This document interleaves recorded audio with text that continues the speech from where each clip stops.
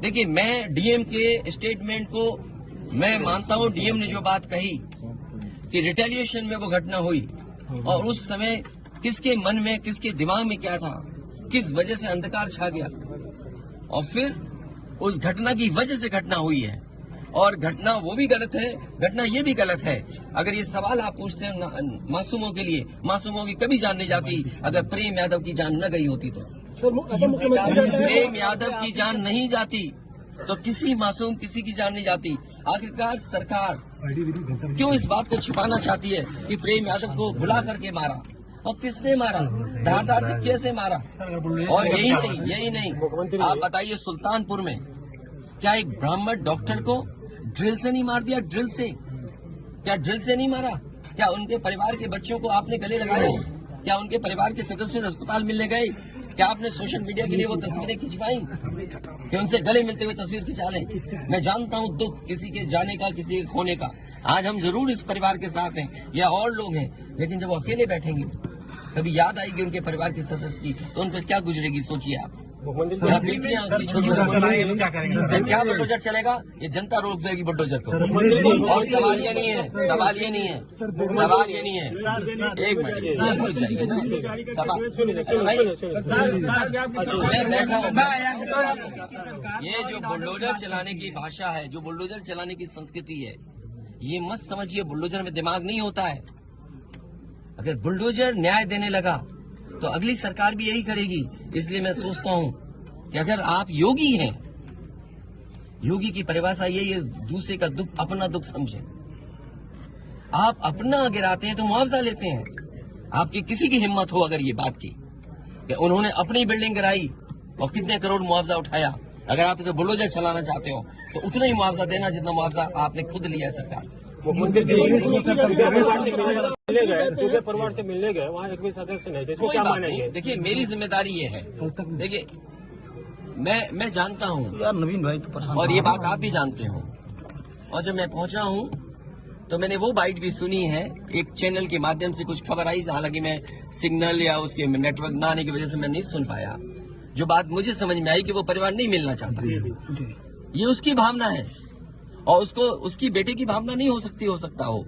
कुछ ऐसे नेता हैं जो उसको समझा रहे होंगे कि तुम मत मिलना, तुम उनको नीचा दिखा दो, अपमानित कर दो। सवाल ये नहीं, हम किसी के भी दुख में शामिल होने आए हैं। इसीलिए मैंने कहा, आपने जब बुलडोजर से किसी की माँ और बेटी को जला दिया गया और बुलडोजर चल गया, आप उस परिवार के उस बेटे से मिलने नहीं गए। उस बेटे को इस सरकार ने ठंड में नंगा किया था। अरे हम तो कहते हैं उस बेटे से तुम क्यों नहीं गला मिलते हो जाकर, क्यों नहीं मिलते जाके सरकार? मैं आर्थिक सहायता इस परिवार की भी, और अगर वो परिवार कहेगा तो मैं उस परिवार की भी मदद करूंगा। अजय ये क्या है सबका साथ? अजय ये बेटा क्या जानेगा? अजय ये बताइए, गाड़ी उठा ले गए, ये परिवार चाहता था कि हमें चाय पिला दे, हम इसके घर आए। आप बताइए, चीनी, चाय की पत्ती से लेकर कोई सामान नहीं ला सकते, पानी नहीं ला सकते। अरे किस बात के लिए सुरक्षा है? सुरक्षा तो इस बात की, इनकी जान की सुरक्षा होनी है। अगर इनको कोई जरूरत है तो सुरक्षित होकर के जाएं बाजार और सुरक्षित होकर के बाजार से लौट के आ जाएं। ये इसका मतलब सुरक्षा है। सुरक्षा का मतलब ये थोड़ी कि घर को, परिवार को कैद कर दो, गाड़ी उठा ले जाओ, यहाँ से सामान ले जाओ। देखो, मध्य प्रदेश का भी मत पूछो, मैं आपसे कह रहा हूँ नहीं, कोई आर्थिक सहायता नहीं। ये परिवार अगर पढ़ेगा लिखेगा, जो पढ़ाई करना चाहेगा, जो मदद कहेगा मैं करूंगा।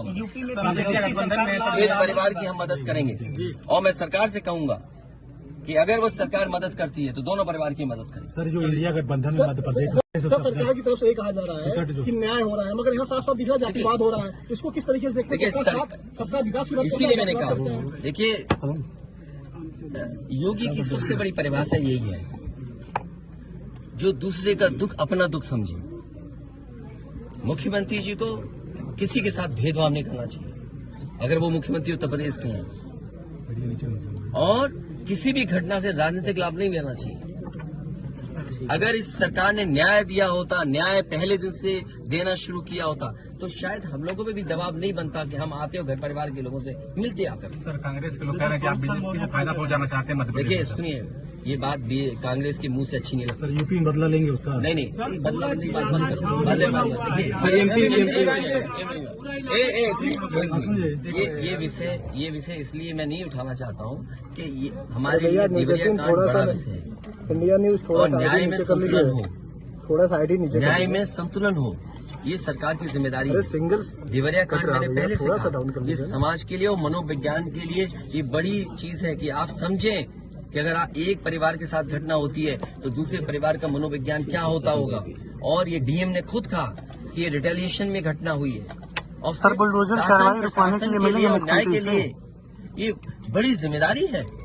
भाई शासन प्रशासन और न्यायालय के लिए क्या मामूली बात है। आज तक पता नहीं है कि घटना कैसे हुई। पहली प्रेम यादव को किसने बुलाया, प्रेम यादव वहाँ कैसे पहुंच गए मोटरसाइकिल से, उन्होंने कभी जमीन ली, उनका भाई बेच रहा है। अब परिवार की बातें क्या मैं बोलूंगा जो मैं जानता हूँ या आप जो जानते हैं, जो आप जानते हैं कि भाई परिवार जो था अगर जमीन बेच रहा है, एक भाई ने बेच दी जमीन, इन बातों को मैं कहूँ कि वो परिवार अपने भाइयों के साथ कैसा व्यवहार करता था, ये बातें मैं कहूँगा क्या?